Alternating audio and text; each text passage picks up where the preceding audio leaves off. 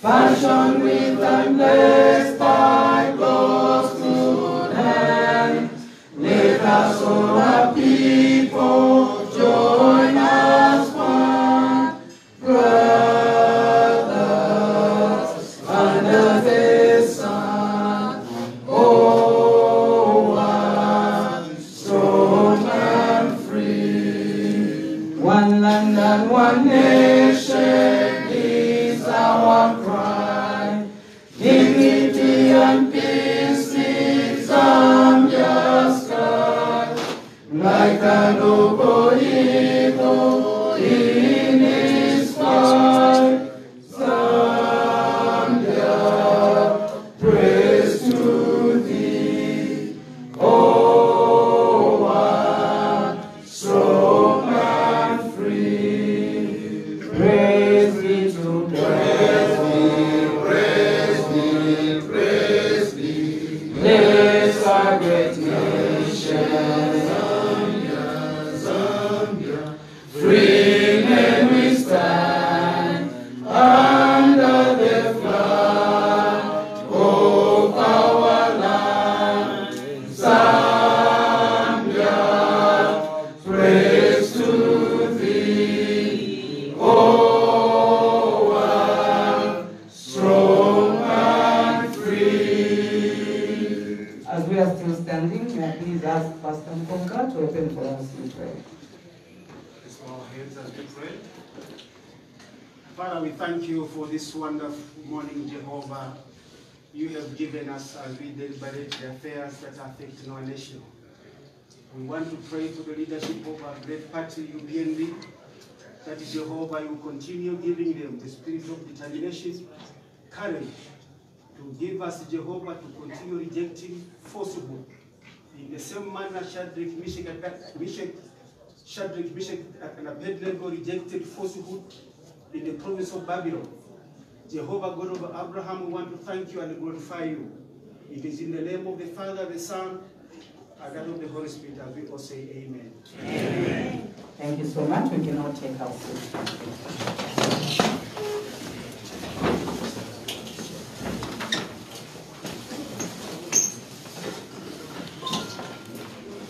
This morning,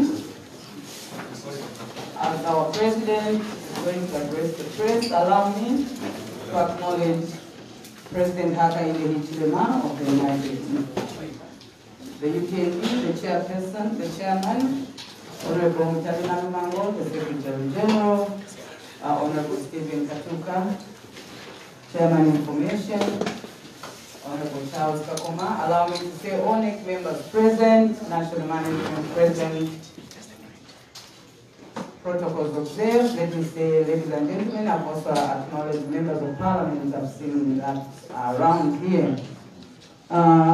Just before I call upon the President to address the press, I want to alert all of you that we are actually live on Prime TV. We are live on Diamond TV. We are also live in Mansa on Tuta Radio. And of course, not forgetting the President's Facebook page. So for those that are not here with us, they can actually watch us on those that are mentioned and listen to us on radio, including the President's Facebook page. Without taking much of your time, I would like at this point in time to call upon President Hakainde Hichilema to address the press. Your Excellency. Thank you very much.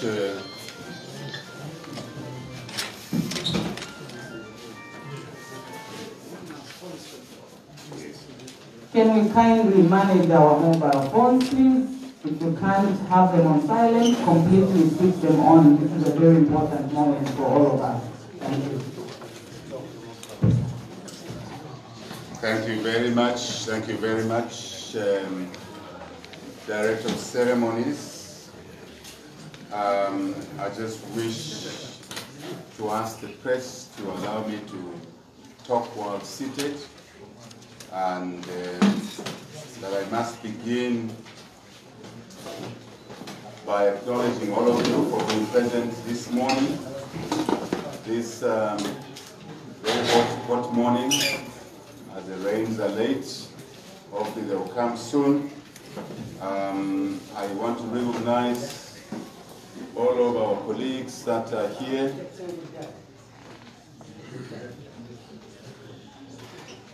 I want to recognize all of our colleagues that are here.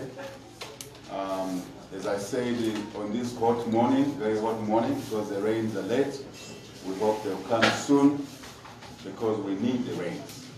I also want to recognize the chair of the party, Secretary General, and also the team, publicity team, under Kokoma, Honorable Mashingwele, and Vice Chair Lusaka, all my colleagues that I may have not seen. I know Mr. Mwawa is there, as always. I know some MPs are here, councillors, and also our structures are in Lusaka, and indeed elsewhere. Thank you very much for coming. Before we go far, I shall like to start our press briefing by acknowledging, in sorrow of course, the demise of our dear Member of Parliament for Sesheke Central, Honorable Frank Kufa-Kwandi, who passed on not long ago, and I know some of us went to bury him in in Sesheke, beg your pardon, and Frank went away too early.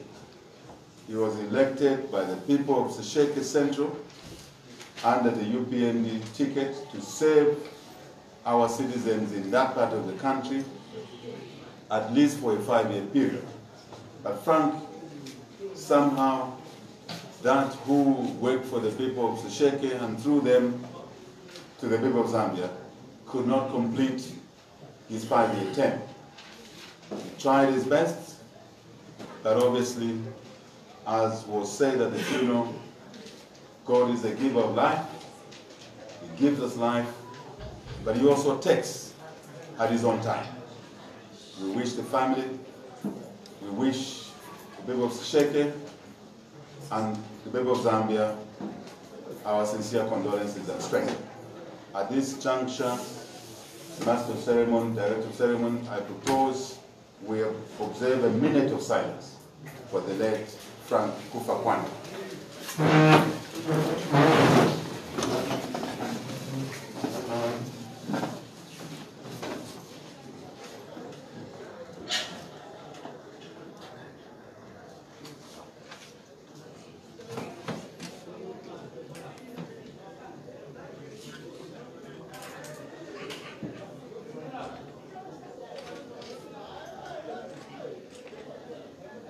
Thank you very much.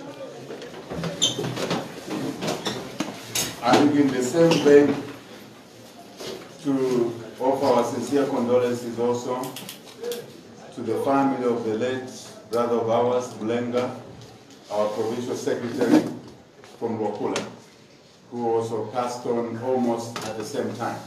So sincere condolences to the families of these brothers of ours. May God accept them in the greater heaven. Secondly, I would like to use this opportunity before we go further into our press briefing to acknowledge that Prince Harry will be visiting Zambia if he hasn't arrived already. Prince Harry, who is a key member of the British royal family, and your team, you're welcome to Zambia, warmly welcome to Zambia. Make the most of your visit to our country. I understand that he may be visiting the southern part of our country, Livingstone. He may also visit the western part of our country, Mwandi, Sesheke, to be in particular, and maybe other areas, but you're welcome to our country. My colleagues, today we want to address a couple of issues. Number one, we want to address issues relating to Ndola and the Copperbelt. I think you know what I mean. We also want to address national dialogue as number 2. We want to address number 3, the importance of working together as a people. Very, very important. As you all know, that this Tuesday, 20th of November, 2018, we were summoned to the Copperbelt, Ndola in particular, to answer charges that were laid or were to be laid onto us by the police in Ndola. I'm sure you are well aware that that Tuesday, that 20th of November, a few days ago, was quite a difficult time for many of us, but by and large, to be fair, difficult to the country. The call out, which, if you like, was invited, we were invited by the police. It was postponed earlier because of the funeral we had, the late Chieftain Chongo. The whole period of that police call out running up to Tuesday was almost 2 weeks. And during this period, you all know that it generated, this police call out generated mixed feelings.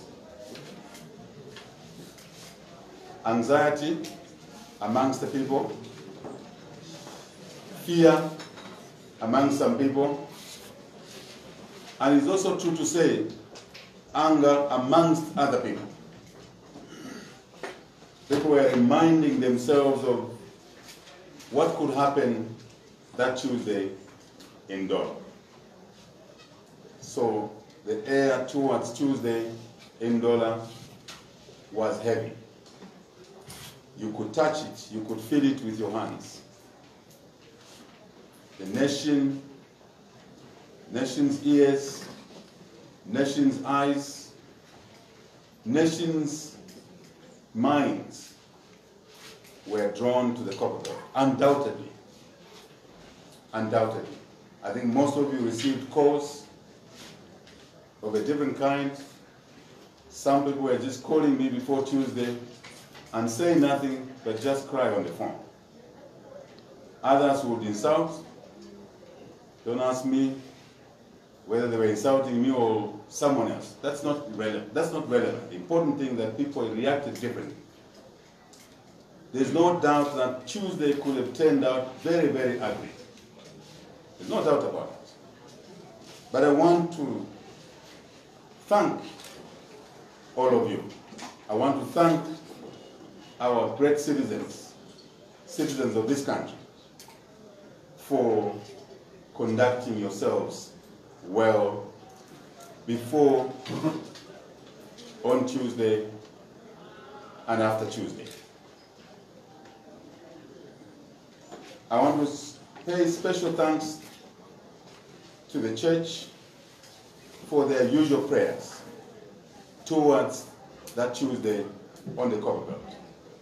A lot was happening, and I can only say in summary, thank you to the church or the Board of Christ for your guidance. Before I go far in thanking people, various stakeholders, I want to thank inside our own house, to thank the Vice President, GBM, who is not here, is out of the country today, for all his efforts towards Tuesday on the Copperbelt. I would like to thank our opposition colleagues. My brother, Chishimba Kambwili, consultant for the NDC. My brother, Anford Bande, president of the PAC, and honestly, these two came all the way to us, with us to Ndola, Copperbelt.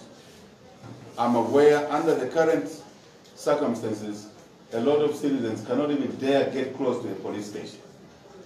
But these two showed solidarity by coming with us to the police on the Copperbelt.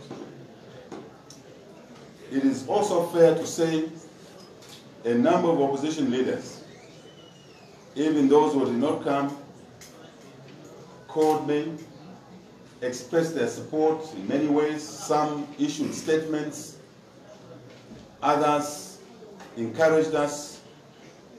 We are very grateful for your support, my dear colleagues in the opposition collegiate. It is my duty to thank our legal team for the good work that they did. It is my duty to thank our leadership on the Copperbelt. They did a great job, not just Ndola, but the whole Copperbelt. They acted in a manner that was responsible, not just the leaders, but the rank and file of the membership of our party. They created an environment where it was clear what their intentions were. Not to provoke anybody, not to fight with anybody, but to stand with us. But to stand with us. We're grateful for that. There were temptations of provocation. They avoided that. We're grateful for that. I'm aware that across the country, our leadership, our rank and file, as I said earlier, were anxious, they were active, they were attentive, they were following what was happening in Ndola that Tuesday. But they too, including our members of parliament, civic leaders, councillors, mayors, chairmen, as it were chairpersons, did everything. The leadership in Lusaka here, who did not go to Ndola, because that's the way it should be. You cannot all be in one location. Did a lot. Chair, thank you very much. SG, thank you very much.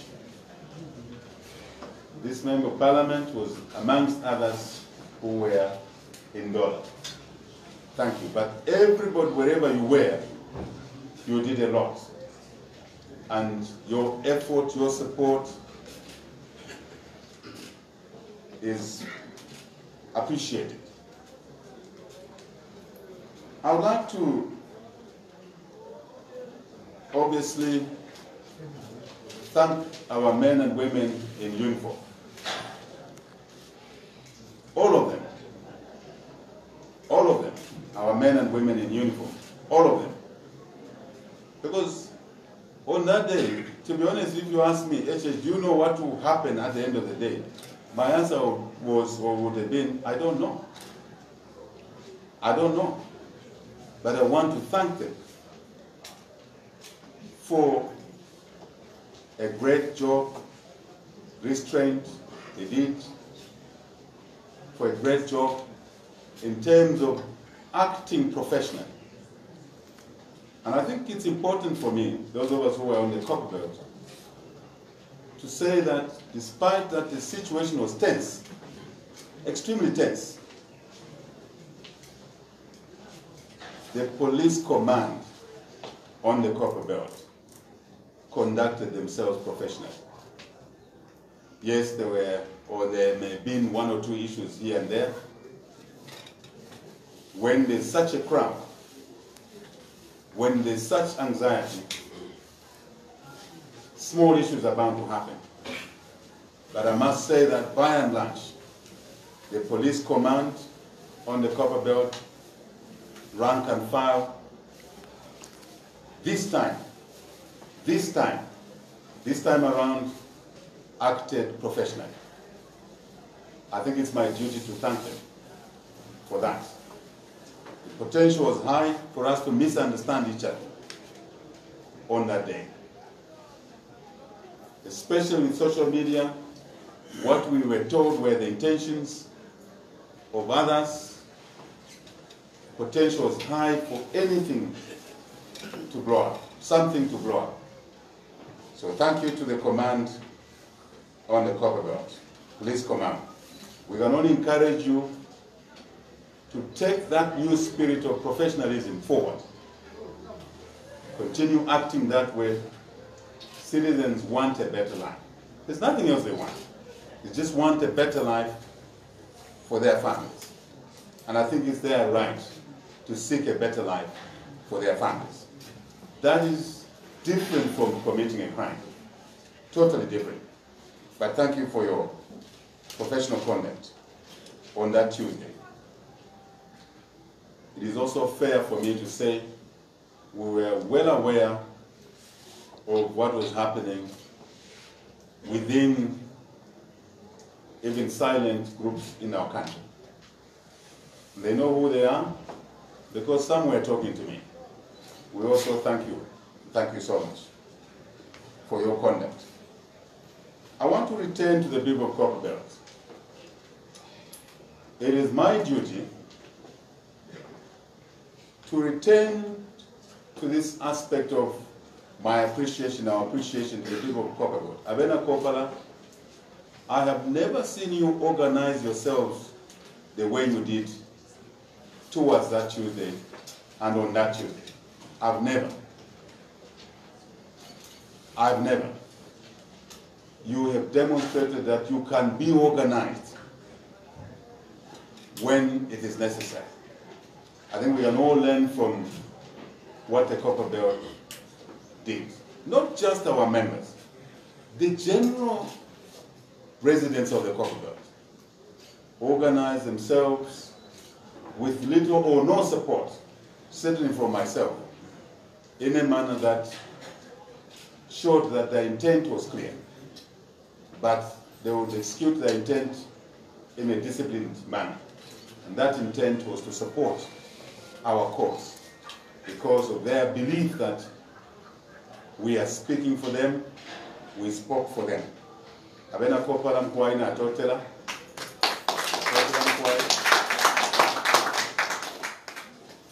As always, you've shown leadership in our country when you want something done and done in a certain way. We shall pay you a visit very soon to thank you in a special way. Thank you, sir. We will definitely do that. You're welcome. It is my duty, thank you. It is my duty, and I shall say it here, that for the first time, I'm not sure whether it was the fear or the worry of what Tuesday may be or may become. Very, very surprisingly to many, but I'm not surprised, that we received a lot of calls from PF members, non-PF members, giving us their encouragement, and basically accepting that the country needed to be reconstructed, and we can only do it together. That's a milestone. That's a milestone. It is an indication that the country are beginning, members of our citizenry of our countries, let me put it this way, citizens of our country, in a simple way, are beginning to accept that they should not be divided by artificial or imaginary lines. They are one people, they suffer the same consequences. They suffer the same economic difficulties across the country. And I think it's our duty as leaders to work towards bringing our country together. And I shall spend a bit of time later on that subject. So thank you to those members of PF, and I'm aware that others are just afraid to say anything in case they are misunderstood. But the important thing is that the country is beginning to move together, to move in one direction together, to accept what is wrong, what is right. I think that is the message I'm giving here. Let's move on. The dialogue process. The dialogue process. I wish to confirm to all our members, all our supporters, and other citizens across our country. I wish to confirm that after a long wait, as you may have heard, I shall repeat that. After a long wait, as you may have heard, the country now is agreed that dialogue is essential. Dialogue is essential in order to deal with many challenges that affect our people. We will cover that in a short while. So, having agreed that dialogue is essential, I think for a period of time, we may have been interpreting dialogue, national dialogue, in different ways. But I think for now, I can confirm with you that by and large, even those who may have had reservations and delayed the process for whatever reason, sometimes we must understand people. People have a fear of the unknown, and we must understand. Yes, we must be patient, but at times we must say, we must do those things that need to be done because it's necessary to get those things done. This is the time when the country agrees that we must talk to each other. We must dialogue on issues that affect our people daily. That's the first part. The second part that I would like to confirm to the country at large, our members, our supporters, to the citizens of Zambia at large, is that after a long debate, as you have heard, because I'm not saying it for the first time, you've heard it in the last few days, it is agreed that the church mother bodies shall lead the dialogue process.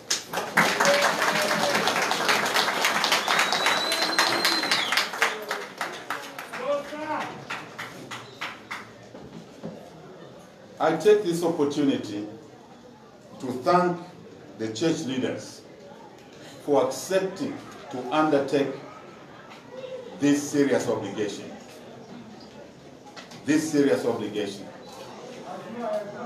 To thank the church leaders for taking on board a duty that is not light, a duty that is not anywhere near what you may define as jobs, but to take on a heavy responsibility of guiding our nation during this dialogue process. Very, very important. So I want to use today's press briefing to thank the Board of Trust for accepting to carry the burden for all of us. At the same time, I want to thank the churches for facilitating various meetings. Most of you, I think when you read what you read a few days ago, you must have been surprised. Why HH never told us there were things happening? The church leaders facilitated a lot of meetings. I can't even count how many, with various stakeholders, in order to get this dialogue process in train, meaning in progress. We met, they met, different people. And as you read their communique a few days ago, I can confirm that I met on the 12th of November 2018. I met my colleague ECL. I met him for us to talk about the importance of the dialogue. and that we cannot orchestrate, we cannot pull our legs anymore. We cannot and we should not continue to have the luxury of living ordinary lives in our homes when citizens are hurting every day. And I'm glad to say to you that the meeting was open, the meeting was polite, but it's important for me to say to you that the meeting was also frank. Very, very frank. Very, very frank. And we agreed, both of us agreed that we must provide leadership in our country at this moment, and the dialogue process was one platform that we needed to utilize and utilize effectively. And that we would go in this dialogue process without any preconditions. No preconditions, anything, everything that is hurting our people will be brought to the table. Anything and everything that was hurting our people will be brought to the table. And we are true leaders, working with the church, working with other stakeholders. We should be able to find solutions that will benefit our citizens, not to benefit any one of us as individuals alone. But I work on the assumption that if you do good things, you do things that benefit the majority of your people, you equally will benefit along the way. That is my belief. That is my principle in life. That is why, for me, towards that Tuesday, many people were so frightened. And they'll call me crying on the phone. I said, "Why are you crying?" I said, "No, we are afraid." I said, "Never front fear to do that which is correct, because you will never succeed if you front fear." And truly, I must confirm that in that meeting, we were able to touch on things that need to be dealt with and cannot be avoided in order to retain our country to normalcy. Amongst those things that we touched on, it's not my job to outline all of this, but it's my duty to express to you that amongst the issues that we covered and that they needed to be dealt with, and that they would benefit the country. And as long as they benefited the country, all of us should be okay. One of them is to end violence in our communities. To end violence in our communities. That violence cannot be justified, whether it's political or it's just community violence, or indeed violence connected to crime. It is not acceptable. It must end. I will touch on it, but it's important for me to mention of the by-elections that we had recently. Tuvangana Iwand in Solwezi brought this ugly face of violence again. We cannot tolerate this in our country. Every citizen must feel free within the constitutional bounds to act the way they want. Of course, without infringing on the rights of others. Number two, we discussed, and I know the church, mother bodies in a way, will deal with that there's need to restore the rule of law. Unquestioning. You all know that we have challenges with regard to the rule of law. We have dual legal applications. Some animals are more equal than others. That cannot be right. That cannot be right. That cannot be right. Number three, we agreed, we discussed that is essential. It is essential for us to return to the people of Zambia their human rights, liberties, and freedoms. People should be able to move freely without fear of being attacked. Anyone, people have freedoms that are enshrined in our Bill of Rights, Article 18, which are universal. People should be able to move, have meetings freely, peacefully. The media should be free. The media should not fear to conduct their work because the risks of being attacked are high. We should be able to end these things like yesterday. I want to return to freedom of assembly association. Anyone, church, must be able to hold church gatherings freely, peacefully, without being removed or something done to them. So are political parties. They should be able to mobilize freely. And you see that the tension will come down in our country. But I'm not saying we commit crime in the guise of free movement, free assembly, free association. Far from it.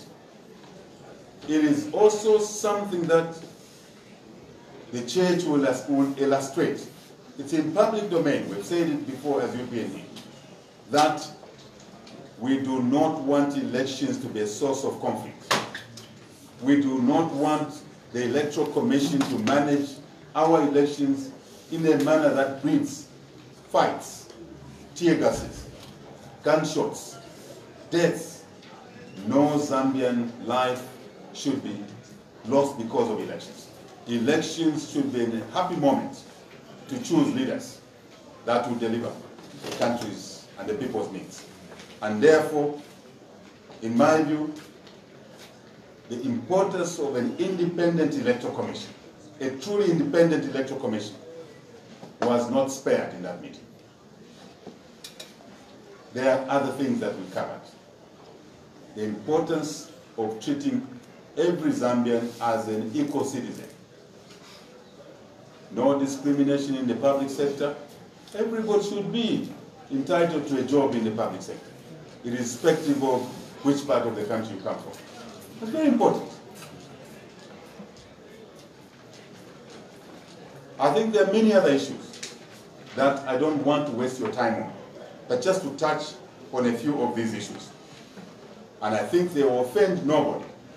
If you have a rule of law, who does that offend? Nobody. If you have human rights and freedoms respected, who does that offend? Nobody. If you have a truly independent electoral commission, who gets cheated in that process? Nobody. But anything short of that, somebody will get cheated, somebody will be unhappy, people will fight. We don't want our people to fight. That is how our meeting went, because we don't wish to have speculation afterwards.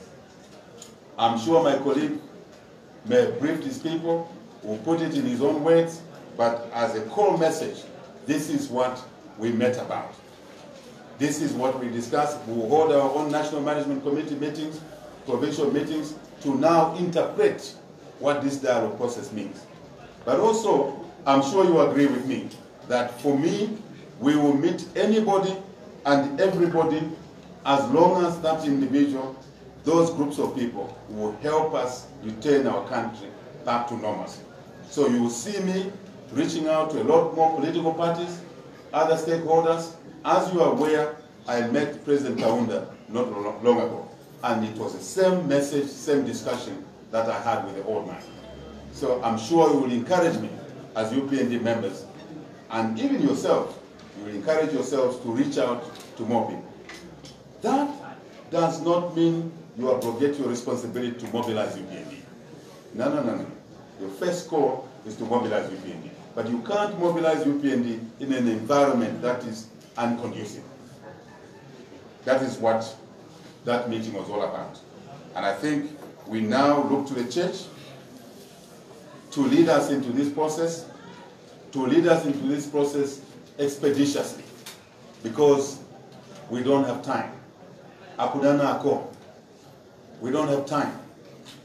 We need to move quickly. We asked the church, and we've done that in privacy, that they should move quickly. We all know that and believe that in moving quickly, we should be diligent, meaning we must not scratch over things. We've tried to do this before, but we tried to do it in a manner that we refuse to deal with the core issues that cause us problems, including these I've indicated. And we return to the old bad habits not long from meetings. This is not what this dialogue should be. This dialogue should be about substance. This dialogue should be about issues. Issues that will heal our nation. Issues that will build bridges across our people. Issues that will allow us to choose leadership not because of the ethnicity we belong to, not because of the church we go to, not because of how we look, but because of substance. And what is that substance? To deliver for the people of Zambia. To deliver to the people of Zambia. So, I ask all the UPND members, leaders of the UPND, supporters of the UPND, citizens of goodwill, to give this dialogue process a chance, to give it our support. Let's give this dialogue process our support. That's what I'm asking you to do. That's what I'm asking the nation to do. You continue doing your bit. There will be a small team that will be put together to deal with this issue. So just get on with your issues. Provide your support, your views to that small team. I say this openly because it should not be hidden. This process should not create confusion in our country. It should bring clarity to our country. And no one should hide behind the dialogue process to do ugly things. Not at all. Neither should anyone hide behind the dialogue process to continue the old bad habits that are bringing us conflict in our country. Absolutely not. Let me touch a little bit on the past by-elections. You are aware that a lot of us leaders were unable to go to these by-elections to support wholeheartedly the by-elections. But our members across the country, in those localities where the by-elections took place, worked very hard. I want to thank all our members, all our campaign teams across the country. We were not able to be with you. You understand the circumstances, but you did your best in the environment that you operated under. Thank you so much. I want to thank the people of Mangango for your efforts. I want to thank the people of Solwezi to Bwanganai, that violence was imported into Solwezi. And the people who imported violence in Solwezi are known. And I believe the dialogue process will begin to put a stop to this thing. But to me, it doesn't need the dialogue process in order to stop violence. But since we're in it, let's utilize this dialogue process so that we don't have any such violence again in future elections. So thank you to the people of Tubangane for taking a decision that you took even with that difficult environment. I want to thank in a special way the people of Lusinde Ward, in Kaombwe constituency, in Petaoke district, for delivering that seat to the UPND under this time. I want to draw this point to the issue of arguing this way or that way about each other. What the people of Lusinde Ward did in Petaoke to deliver UPND seat closer to the Mozambique border, for those of you who may not remember your geography easily, closer to the Mozambique border, the people of Solwezi, closer to the Congo border. You look at the UPND performance in Chama, very, very competitive. Closer to the Malawi border. Count the countries I'm mentioning here. Right? The people of Lupososhi, you look at how competitive we were in Lupososhi chairman or chairperson's elections. Closer to the other part of the Congo. And indeed elsewhere. If you analyze the results, sorry.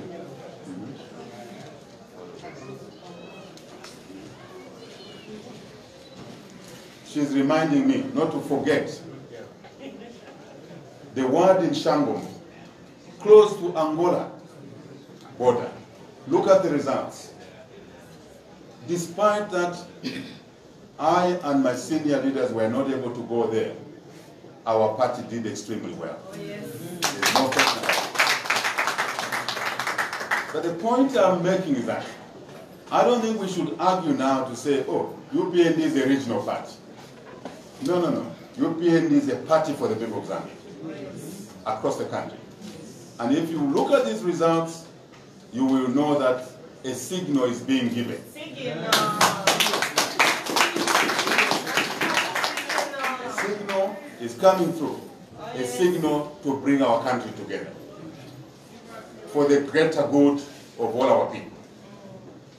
That's what I would say. Let me move on to the last segment.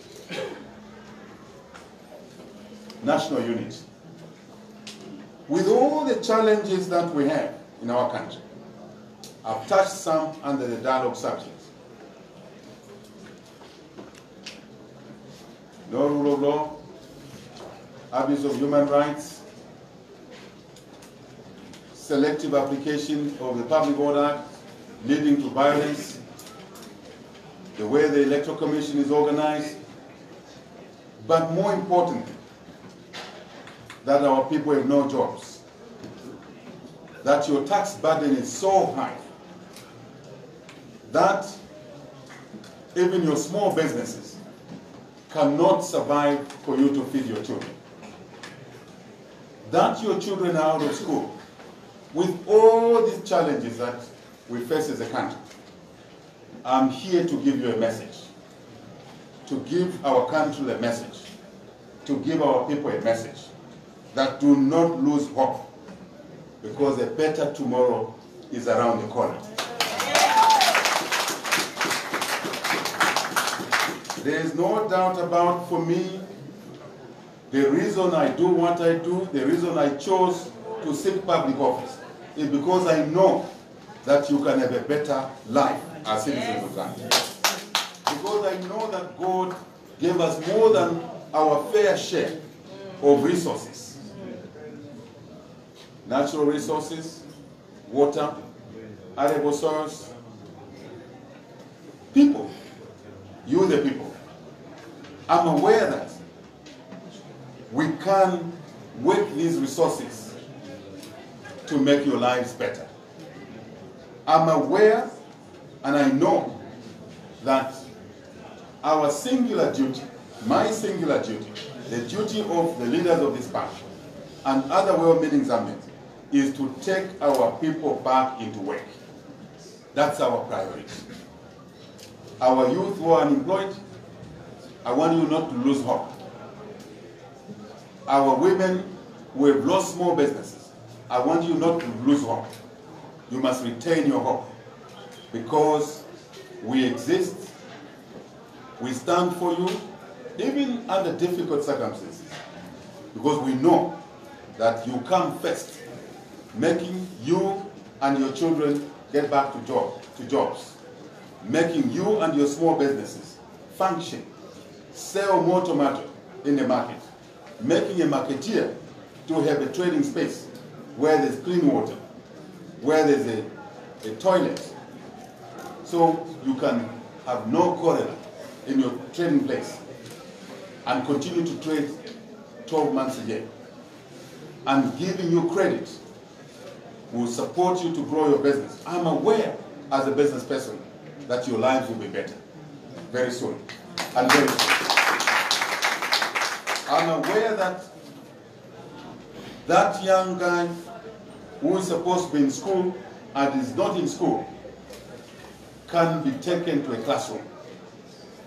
Not just to learn academic subjects, but also to be taught life skills, carpentry, electrical skills, plumbing, and other skills that will enable our young people, men and women, the youth, to have an education system that supports them in their day-to-day lives. I know it's possible. I know people have argued with me over years, and I've maintained that position because I believe in it, and I know it can be done, and it should be done. I'm aware the retirees that have not been paid their benefits for a long time. I'm aware. We are aware. But we want them to retain hope that they will be paid their retirement benefits very soon. Very soon. You always ask me what is very soon. You know what is very soon. It will happen. I know that those in the public sector who fear that they may lose their job for whatever reason, retired in national interest, keep your hopes high, because we believe in a professional civil service. We believe in a civil service that will not discriminate anyone, that will treat Zambians as equal citizens. That's what we believe in. Are you telling me we cannot do that? We can do it. Together we can do it. I know that there are many people, contractors on the mines, Zambian contractors, who are finding difficulties to be paid. Don't lose hope. We believe that contracts for goods and services should favor Zambians and Zambian companies first. We know that, and we believe in it.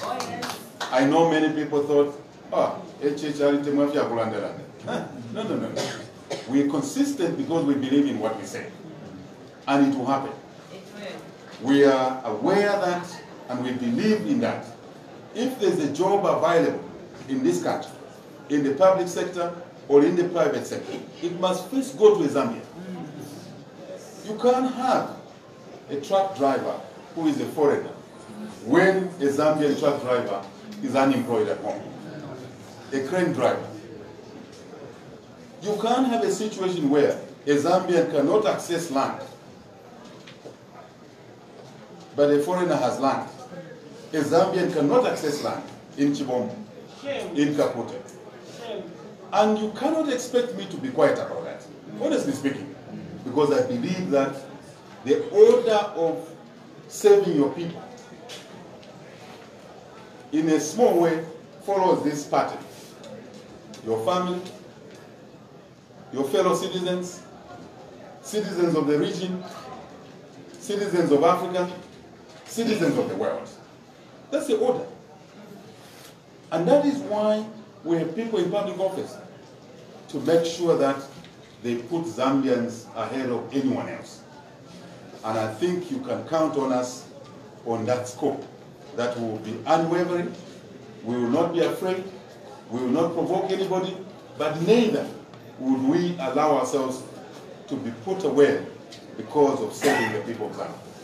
And I think we have a great opportunity now to focus on reducing poverty, to make sure that the farmers know that they will be taken care of in terms of their inputs, in terms of their prices, the price of their commodities, so that farming becomes viable.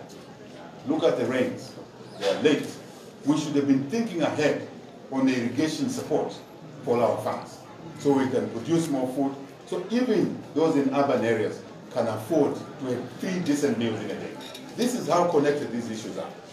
And all of that we say because we believe in it. And I want to address to our leaders in the UPND. If you want to come with me, you want to follow me, you must know that you must be there to save the people of Zambia first before you vote. Certainly, I believe that the people of Zambia come first. The children of Zambia come first. I believe that our patients in hospitals come first. And that's why we must improve our health services delivery. And the money is there. You all know now that the money is there. If we can deal with the issue of corruption, we will raise enough money to support education, to support health, to support agriculture, to support the differently able, the vulnerable, the old, the sick, the young. The money is there. There was a time in this country, after 2011, we were arguing. No, this, no, that. I'm glad now we've reached phase 2, where as citizens, we are not arguing. We are not arguing that the country is not functioning. We are not arguing that there's too much debt. We are not arguing that there's poverty. We are not arguing that the tax burden is too high. We are in agreement. So our duty now is to move to the last phase. This last phase is to work together, irrespective of your differences, which you amplify. My mindset is that we should not amplify our differences. We should not amplify the languages that we speak which are different, which are all God's gifts. Right? Because you cannot be saying you are different because of your ethnic background, because of the language you speak when you marry each other in the homes and produce children. You love each other. You've demonstrated that you love each other, Zambia. You should not argue because you belong to that political party and that political party. Because we all agree that other than a few that are benefiting from the treasury, the rest of us are suffering. Therefore, we therefore agree that we must work together in unity of purpose. Nothing should divide us going forward. Everything should unite us going forward. I say what I say because I believe in it. I believe in it. I'm willing to go through anything and everything in order to serve the people of Zambia. This is a great country. We can make it greater. This is a rich country. We can work our resources, our riches, to benefit all our people by distributing development resources equitably, not in a selective manner. That's what we stand for. And I want to appeal to those people who described HH in different ways over the years, that I think now you must be able to describe HH in the correct way. You must be able to describe HH in the correct way. We mean well for our country. I believe you now know that we are genuine. We are not here going forward to fix people. We have no grudges against people. Take it from me. We have no grudges. We are not here to divide our people. We are here to unite our people. And then to accelerate development. That's what we're here for. Politics of divisions, politics that we use negatively should be left behind, so we can carry politics of truthfulness, of capability, of good leadership, of courage. And then we can deliver for our people, especially the youth, the women, the marketeers, bus drivers, our miners who go down every day risking their lives so they can feed their children. We stand for them. We also believe that going forward, vindictiveness is not ours. Because if we carried out that, we will be no different from those that may have been vindictive against us. We cannot claim to occupy higher grounds. We will be treated and graded the same way. We don't want to be graded the same way. We want to be graded with a stringent yardstick. Therefore, we commit to this country. My members, our members, my call to you, mobilize. That's your duty. A few of us will be in the dialogue process. We will represent you. Trust us. Trust this process. Trust the church. Trust everyone else. But do your part. I end here, and I want to thank all the people of Zambia for your support, for your trust, your belief in us. We can only do better together. No one achieves alone, but together we'll be able to achieve that which we have not been able to deliver for our people. God bless you all. God bless our country. Thank you.